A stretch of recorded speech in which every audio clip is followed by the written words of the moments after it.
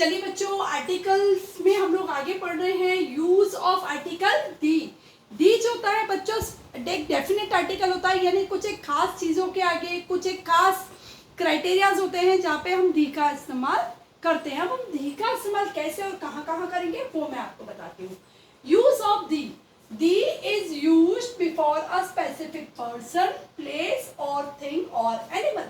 एक कोई खास व्यक्ति के नाम के आगे, जगह के नाम के आगे, वस्तु के नाम के आगे या जानवरों के नाम के आगे आर्टिकल दी का हम इस्तेमाल करते हैं। जैसे हम लोग बच्चों यहाँ पे बात कर रहे हैं, the books are on the table. ठीक है, the books are on the table. यहाँ पे खास वस्तु की बात हो रही है बच्चों, बुक्स की बात हो रही है, पर्टिकुलर एक खास थिंग है उसकी बात हो रही है, प्लस के ये प्लूरल भी है। तो यहाँ पे जब किसी खास चीज की बात हो रही है कि टेबल पे क्या पड़ा है, पर्टिकुलर चीज पड़ी है, तब हम आर्टिकल दी का इस्तेमाल करेंगे। The books are on the table.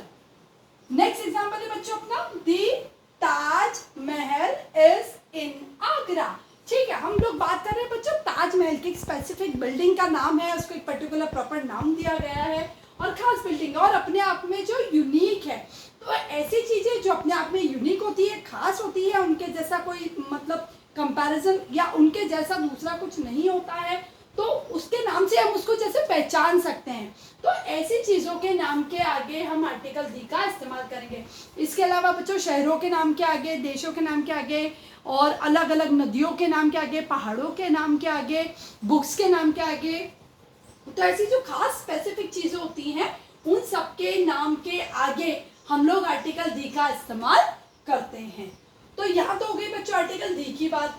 अब हम बात करते हैं बच्चों आपकी एक्सरसाइज फर्स्ट की, जिसमें आपको कुछ रिक्त स्थानों की पूर्ति करनी, यानी फिलिंग द ब्लैंक्स गिवन है, जिसमें आपको ब्रैकेट में तीन ऑप्शंस यू है, ए, एन और दी, तीनों आर्टिकल्स आपके पास है। तो तीनों आर्टिकल्स में से जो सही सूटेबल आर्टिकल है वो आपको सिलेक्ट करके फिलिंग द ब्लैंक में भरना है। मैंने कुछ एग्जांपल्स बच्चों आपके सामने किए हैं। She is holding dash pencil. अब आपको मुझे बताना है कि पेंसिल है बच्चों, एक तो एक ही पेंसिल की बात हो रही है, पेंसिल्स नहीं है, सिंगुलर है, प्लस के मैं ये चेक करूंगी कि इसकी स्पेलिंग बच्चों पी से स्टार्ट हो रही है, यानी कॉन्सोनेंट से स्टार्ट हो रही है। तो इसके आगे क्या लगाएंगे हम लोग, ए लगाएंगे, एन लगाएंगे या डी लगाएंगे?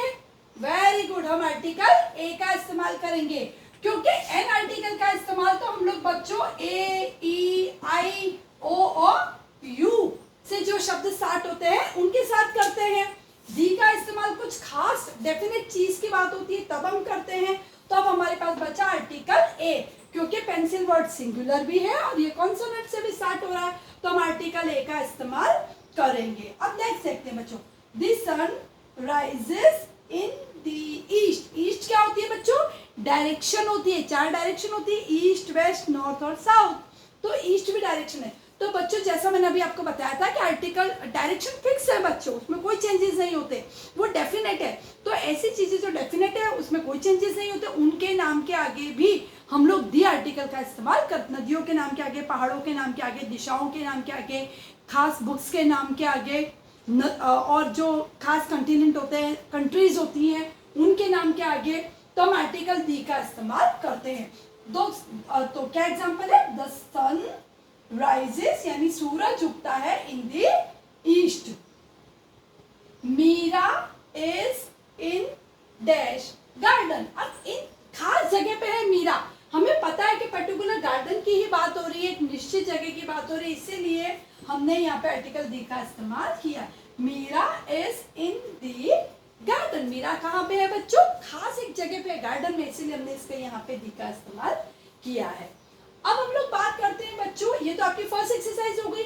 यहाँ पे आपको रिमेनिंग फिलिंग द ब्लैंक्स भी समझ के और अच्छे से उसको कंप्लीट करनी है। अब हम बात करते हैं बच्चों आपकी एक्सरसाइज 2, जो कि वेरी इजी टू गो, और आप बच्चों इसको करके एंजॉय भी करेंगे। ठीक है, हमें याद करना, हमें इसमें वर्ड्स दिए गए हैं, आगे खाली ब्रैकेट्स हैं बच्चों, ये वाले खाली ब्रैकेट्स हैं, इसमें हमें ए या एन का इस्तेमाल करना है। लेकिन मुझे पता है कि ये एन को, ए एन एन को मैं बहुत अच्छे से जानती हूँ, तो मुझे पता है जो भी वर्ड्स ए, ई, आई, ओ या यू से स्टार्ट होते हो या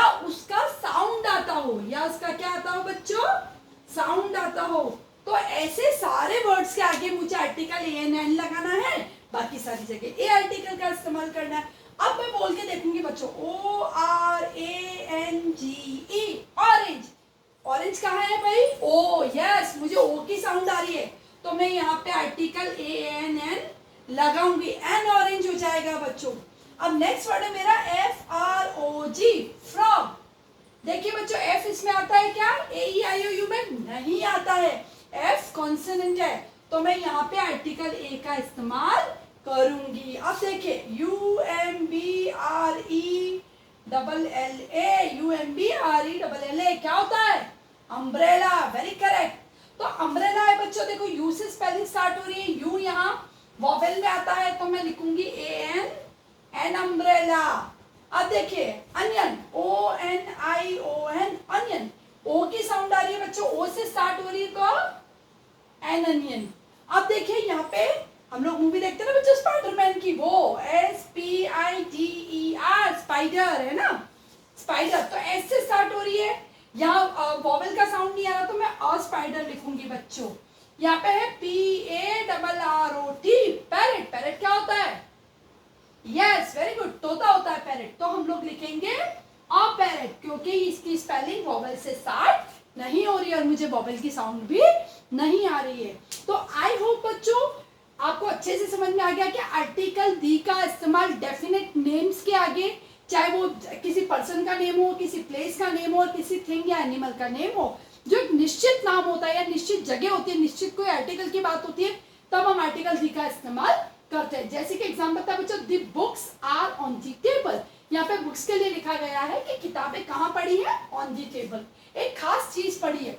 दी ताजमहल, ताजमहल क्या है बच्चों? मॉन्यूमेंट है, आगरा में एक बिल्डिंग है, एक पौराणिक ऐतिहासिक बिल्डिंग है बच्चों, ताजमहल जो है, तो उसका नाम है। अब मान लो हिमालयाज होता तो भी हम दी हिमालयाज लिखते है ना, रिवर गंगा की बात होती तो भी हम दी गंगा लिखते, ठीक है। तो इस तरीके से खास जब चीजों की बात के नामों की बात होती है, तो हम उसके आगे आर्टिकल दी का इस्तेमाल करते हैं। और आपको दोनों एक्सरसाइज बच्चों अच्छे से मैंने एक्सप्लेन किया, आपको रिमेनिंग जो आपका वर्क है एक्सरसाइज का, वो आपको अच्छे से कंप्लीट करना है। और आई होप आपको आर्टिकल्स बहुत अच्छे से समझ में आ गए होंगे। Thank you very much.